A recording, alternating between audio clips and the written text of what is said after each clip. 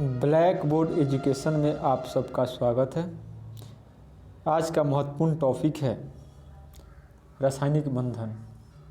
और रासायनिक बंधन में हम लोग आयनिक बॉन्ड के बारे में जान चुके हैं। अब हम लोग विस्तार से व्याख्या करेंगे कोवेलेंट बॉन्ड के बारे में। कोवेलेंट बॉन्ड का हिंदी होता है सहसंयोजक बंधन। कोवेलेंट बॉन्ड बोलते किसको हैं, तो पहले एक एग्जाम्पल से समझ लेते हैं। जैसे यह हो गया कार्बन और यह हो गया क्लोरीन,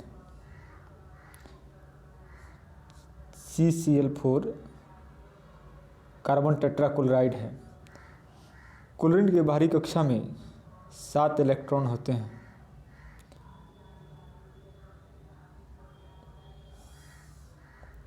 जैसे कि स्ट्रक्चर में आप सबको दिखाया जा रहा है।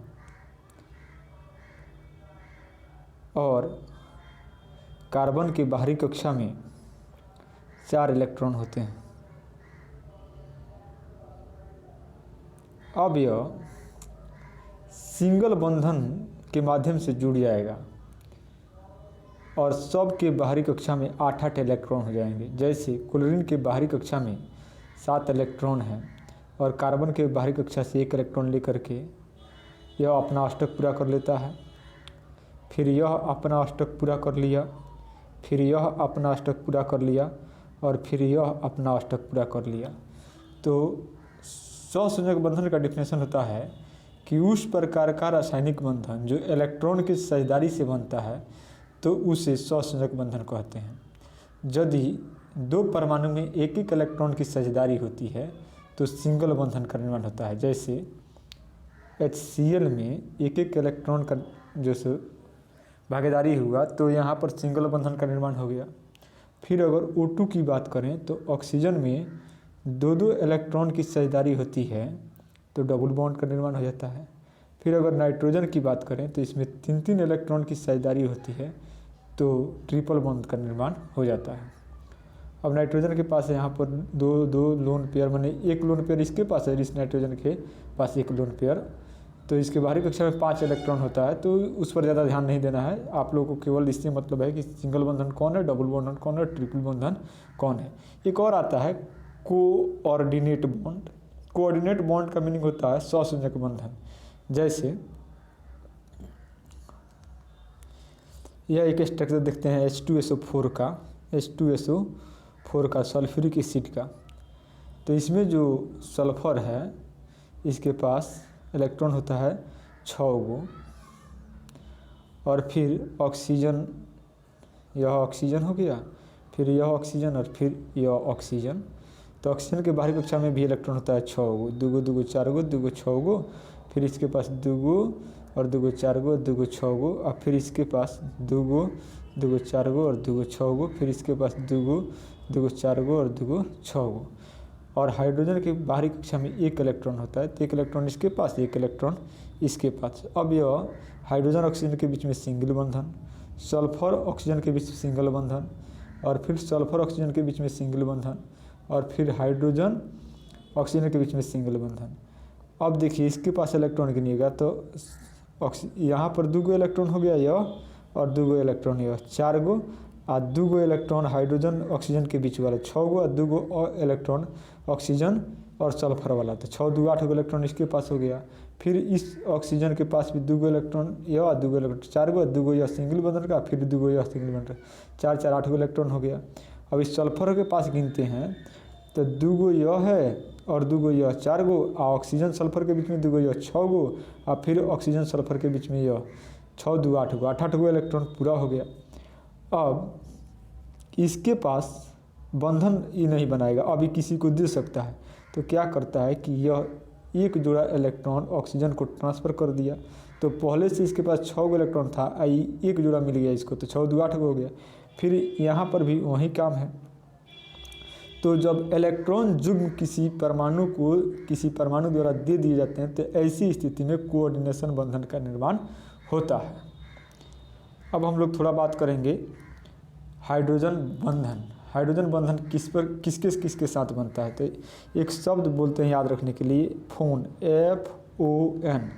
F for fluorine, O for oxygen, IN for nitrogen. अगर फ्लोरीन के साथ हाइड्रोजन आता है तो हाइड्रोजन बॉन्ड का निर्माण होता है, ऑक्सीजन के साथ हाइड्रोजन आता है तो हाइड्रोजन बॉन्ड का निर्माण होता है, और नाइट्रोजन के साथ हाइड्रोजन आता है तो हाइड्रोजन बंधन का निर्माण होता है। अब एक और बात बता दें, जैसे H और Cl, तो Cl FON का नहीं है तो इसके बीच हाइड्रोजन बंधन नहीं बनेगा। कुछ ऐसे भी कंपाउंड हैं जिनमें तीनों प्रकार के बंधन पाए जाते हैं, कोवेलेंट बॉन्ड और आयनिक बॉन्ड, और इसमें एक और आ जाता है कोऑर्डिनेट बॉन्ड, जैसे NH4Cl। NH4Cl यह टूट जाता है NH4 प्लस और Cl माइनस में, तो जो अपने आयन में टूट जाता है उसके पास आयनिक बॉन्ड रहता है। यह जो NH4 है, NH4 प्लस, इसके पास दो प्रकार का बंधन पाया जाएगा, एक कोवेलेंट बॉन्ड और दूसरा कोऑर्डिनेट बॉन्ड। नाइट्रोजन के बाहरी कक्षा में 5 इलेक्ट्रॉन रहता है तो 3 को तो कोवेलेंट बॉन्ड हो जाता है, और उसके बाद जो लोन पेयर रहता है वह एक लोन पेयर दान में चला जाता है, इसलिए यह हो जाता है 3 प्रकार का बंधन रखने वाला मोलिक्यूल या यौगिक कहिए, यानी कि यह 3 प्रकार का बंधन रखेगा, कोवेलेंट बॉन्ड, उसके बाद कोऑर्डिनेट बॉन्ड और उसके बाद आयनिक बॉन्ड। आयनिक बॉन्ड को इलेक्ट्रोवैलेंट बॉन्ड भी बोलते हैं, या इसको वैद्युत बंधन भी बोलते हैं। इसमें कभी कभी कुछ क्वेश्चन प्रसंकरण से भी दे देता है, जैसे sp प्रसंकरण है तो उसका जैसे आकृति हो जाता है वह रेखीय होता है। अगर sp2 प्रसंकरण हो जाता है तो उसका आकृति त्रिभुजाकार हो जाता है। अगर sp3 आता है तो उसका आकृति टेट्राहेड्रल यानी कि चतुष्फलकीय हो जाता है। इस प्रकार के भी क्वेश्चन रहते हैं, तो इसको भी ध्यान से समझने की आवश्यकता है। अब जैसे पहला क्वेश्चन है, इथिलीन अणु की आकृति होती है, तो इथिलीन अणु की आकृति के बारे में अगर हम लोग बात करें तो इथिलीन का C∧C और यहाँ पर हो जाता है सिंगल हाइड्रोजन और सिंगल हाइड्रोजन। अब देखिए इसका जो आकृति दिख रहा है, अब देखिए इसके पास एक सिग्मा बॉन्ड यहाँ पर है और एक सिग्मा बॉन्ड यहाँ पर है। देखिए यह सिग्मा बॉन्ड और एगो पाई बॉन्ड और फिर एगो नीचे पाई बॉन्ड, तो इसके पास टोटल सिग्मा बॉन्ड 2 हो गया, तो sp इसका प्रसंकरण हो जाएगा। देखिए वो नहीं रहा बढ़िया से ही, sp इसका प्रसंकरण हो जाएगा तो sp का हो जाता है लीनियर यानी कि रेखीय इसका आकृति हो जाएगा। अगर यहीं रहता, जैसे यह है इथिलीन C∧C और यह हो गया सिंगल बॉन्ड हाइड्रोजन है, यह हो गया सिंगल बॉन्ड हाइड्रोजन, फिर इधर भी single bond hydrogen, single bond hydrogen. अब इसको बोलते हैं, देखिए नाम याद बढ़िया से रखिए, इसको बोलते हैं इथिलीन, ETHYLEN, इसका नाम हो जाएगा देखिए वो नहीं रहा है, इसको यहाँ पर लिखते हैं ETHYLEN इथिलीन, इसका नाम है इथीन, ETHEENE इथीन। ये हो गया इथीन, ये हो गया इथाइन, एगो होता है इथेन। तो इसमें जो प्रसंकरण होगा, एगो सिंगल बॉन्ड, सॉरी यह सिग्मा बॉन्ड, यह सिग्मा बॉन्ड और यह एक पाई बॉन्ड और एक सिग्मा बॉन्ड, तो इसके पास 3 हो गया, तो इसका होता है sp2 और sp2 की वजह से इसका आकार हो जाता है समतल त्रिकोणीय यानी कि त्रिभुजाकार। उसके बाद क्वेश्चन नंबर 13 है, निम्न में से किस यौगिक की आकृति चतुष्फलकीय होती है? तो जिसमें सिग्मा बंधन की संख्या 4 हो, उसमें जो आकृति हो जाएगी वह चतुष्फलकीय हो जाएगी। तो यह जो कार्बन टेट्राक्लोराइड है यह हो गया कार्बन, और इसमें जो Cl 4 जगह आ जाएगा, Cl फिर यह Cl और फिर यह Cl, तो सिग्मा बंधन इसमें हो जाएगा 4 गो, तो 4 गो हो गया तो sp3 हो जाएगा, और sp3 का आकार हो जाता है जैसे चतुष्फलकीय टेट्राहेड्रल, तो इसका बी आंसर सही होगा। उसके बाद क्वेश्चन नंबर 14 कह रहा है, सहसंयोजक यौगिक के द्रवणांक और क्वथनांक निम्न होते हैं क्योंकि, अब इसका आंसर हो जाएगा डी, क्योंकि इसमें अंतर आणविक जो बल होता है वो कमज़ोर होता है, डी आंसर सही होगा।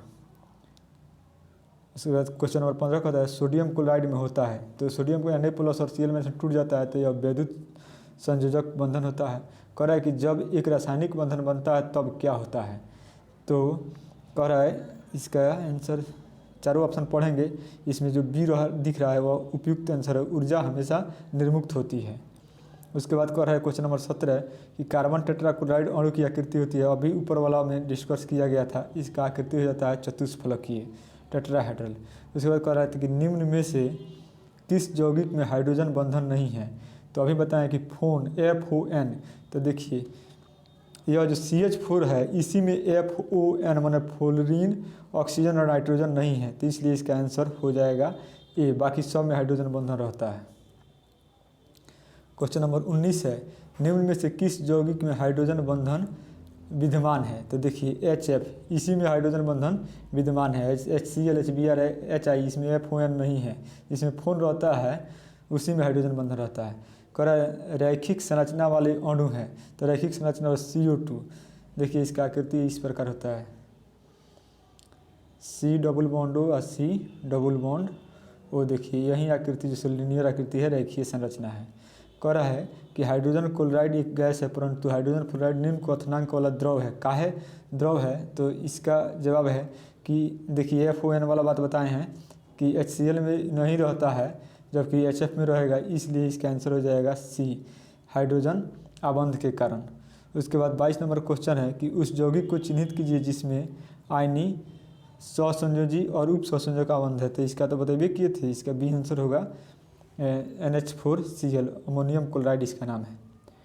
23 नंबर क्वेश्चन कर रहा है जल के अधिक क्वथनांक का कारण है, तो जल के अधिक क्वथनांक का कारण जल में अणुओं की हाइड्रोजन आबंध, जल के अणुओं में हाइड्रोजन आबंध, इसका डी आंसर होगा, आपको बताए थे FON जिसमें रहेगा। 24 नंबर क्वेश्चन है द्रवित सोडियम क्लोराइड विद्युत धारा प्रवाहित कर सकता है क्योंकि इसमें जो सो आयन मुक्त होते हैं, NaCl टूट जाता है Na+ और Cl- में। सहसंयोजी यौगिक का उदाहरण है, तो सहसंयोजी यौगिक का उदाहरण यही है CHCl3, इसको बोलते हैं क्लोरोफॉर्म। उसके बाद 25 नंबर क्वेश्चन है सहसंयोजी यौगिक का उदाहरण है, वही क्वेश्चन है, इसका C आंसर होगा। 26 नंबर क्वेश्चन कर रहा है हाइड्रोजन में एक इलेक्ट्रॉन लेकर हीलियम का इलेक्ट्रॉनिक विन्यास प्राप्त करने की प्रवृत्ति होती है, इस प्रवृत्ति की समानता रखता है, तो इसका हो जाएगा अक्रिय गैसों के साथ समानता रखता है। 27 नंबर क्वेश्चन है निम्नलिखित में से कौन एक सहसंयोजक यौगिक है, तो carbon tetrachloride CCl4। Thank you for video watching, कृपया मेरे चैनल को शेयर और सब्सक्राइब करें।